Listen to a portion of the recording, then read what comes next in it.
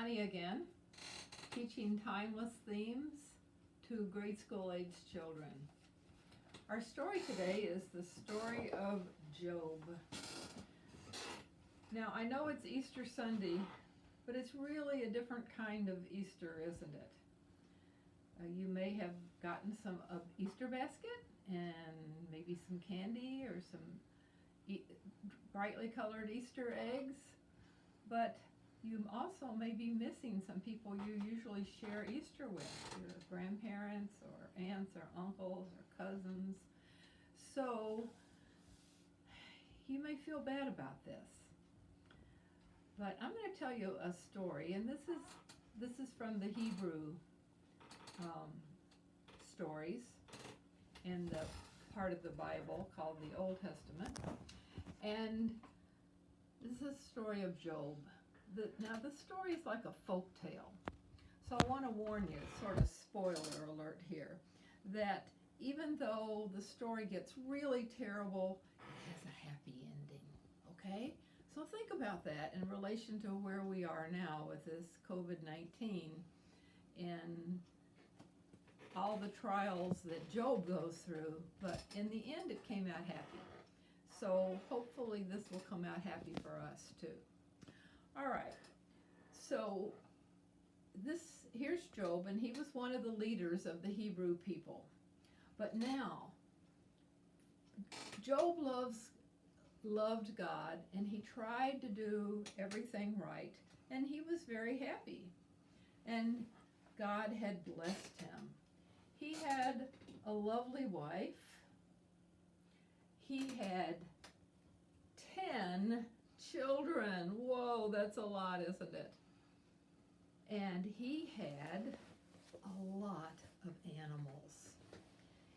He had oxen.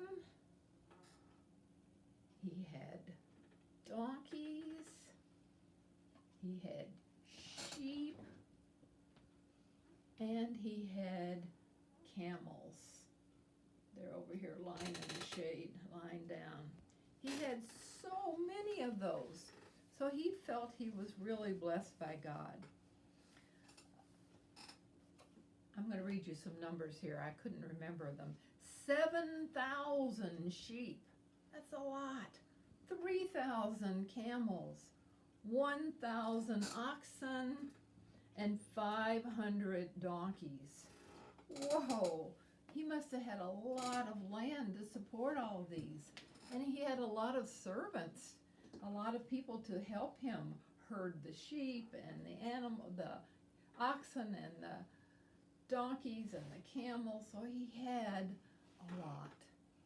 And he was happy. And he was a good man, and he loved God. And so this is, now I want you to look up here in the sky. I'm using these two little figures to represent, this one to represent God. And now we have somebody that we haven't studied about this year, and this is Satan. In this story, you might think of Satan as somebody with a pitchfork and a red outfit like you see at Halloween, but in this story, he was one of God's angels. And so he said to God, God said, look down at Job. Look, he's one of my faithful people. And Satan said to him, well, yeah, but look at all you've given him. Anybody would be happy with all that. If you took away all of this, he wouldn't keep on loving you and being a good man. And God said, oh, yes, he would. And Satan said, well, let me test him. And God said, okay, you can test him, but you may not harm him in any way. So, first thing that happened, a messenger came right after this, came running up to him, and he said, oh, Job, this is a servant, and he said, bandits came, and they took away, and they stole all the oxen and all the donkeys, and they killed all the servants, and I'm the only one left. Job did not curse God. He still said that that's a terrible thing that happened, but I'm going to keep on loving God. So here comes another messenger from the other side, and he said, "Oh, Job, I hate to tell you this, but some more bandits came, and they took all the sheep, all your 7,000 sheep, and they killed all the servants. I'm the only one left, and I escaped, and I ran here to tell you." And Job says, "Oh, that's terrible. But I'm sure that it'll all come out right. God will make it right." And finally, another one comes up, and he says, "Job, somebody came, and they took all the camels, and they killed the servants. I'm the only one left." And Job says, "Oh, this is terrible. I've lost all my riches, but I'm going to keep on loving God." And finally, the last servant came up, and he fell down on his knees, and he said, "Oh, Job, I hate to tell you this, but all of your children and your wife were in your oldest son's house," because he had sons that were grown and married, "and a big storm," we know it as a tornado now, "came and took the house away, and everybody was killed. You have no more family." And Job still did not curse God. He still loved God. He had nothing left but these servants. So Satan had to give up and say, "Well, God, you were right. He did the test, and he came out right." And God said, "And now I'm going to restore everything back to him." This is a folk tale, remember? And he gave him a nice new house. Oh, no, I'm sorry. Something happened before then. So here he is. In the Hebrew tradition, people would come over. Now he's lost his whole family. So they would come over, and they would sit for like a week. They called it sitting Shiva. And so they came over, and they sat, and he lost everything now, his house, everything. And here's Job. And here's his 3 friends. Forgot this part. So Satan said, "Oh, you took everything away from him, but you didn't harm him at all. If it happened to him physically, he's not gonna stick with you." God said, "Okay." So then Satan made him really dreadfully sick, and he had boils come out all over his face. Those are big old sores, and it was terrible. These 3 friends came over, and they said, "See, God is not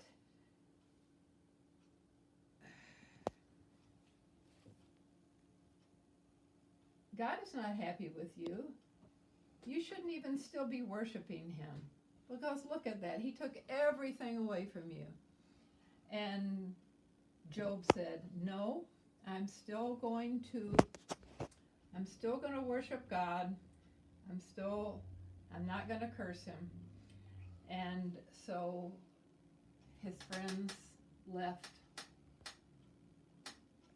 and went home. And God began to restore things. He gave back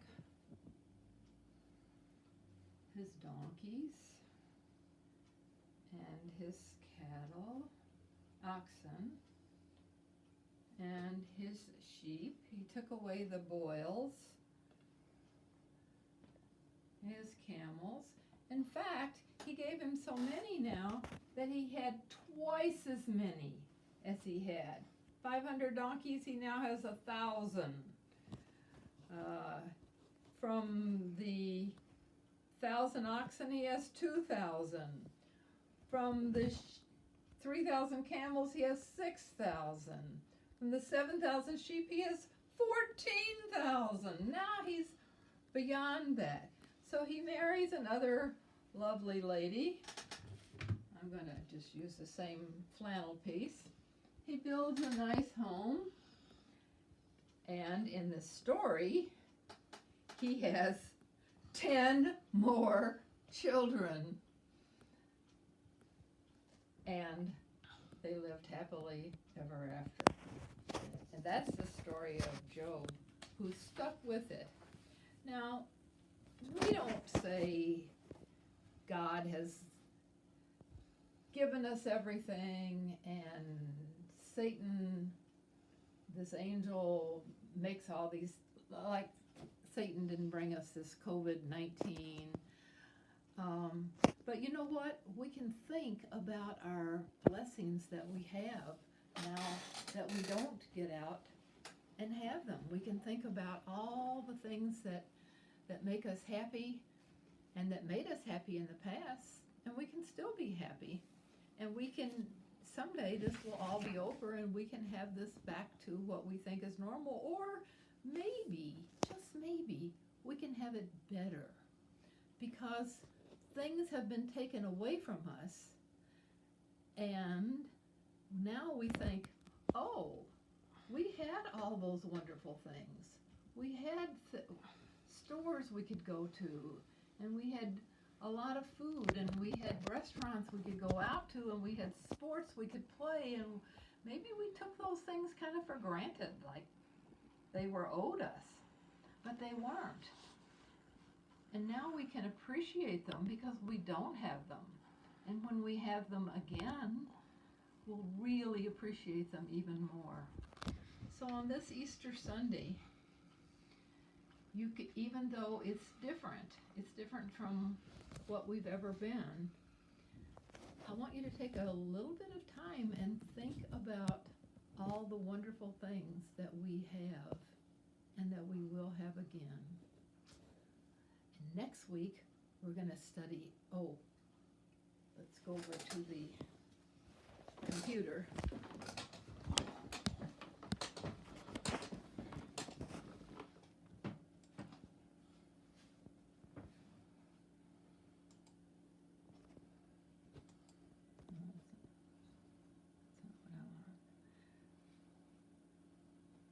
Supposed to come first. I wanted to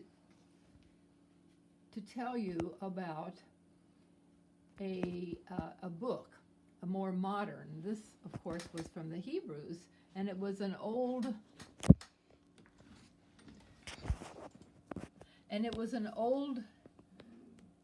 story, maybe 3,000 years old or something.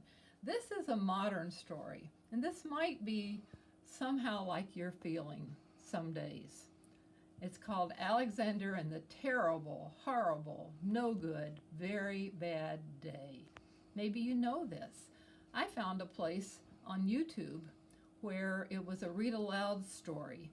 And if you go to this website, you can watch this book being read to you and the pictures in it. If you can't, this doesn't work for you, just go to YouTube and type in Alexander and the Terrible, Horrible, No Good, Very Bad Day. And there's a whole bunch of different storytellers reading the book to you. I picked this one because I liked it. It was read by a child and it sounded more like Alexander. So I hope you'll enjoy that one. And I hope you won't have too many terrible, horrible, no good, very bad days. But next week we'll have the story of Ruth, where the theme will be kindness to people from another country. Okay, that's it this time. Bye.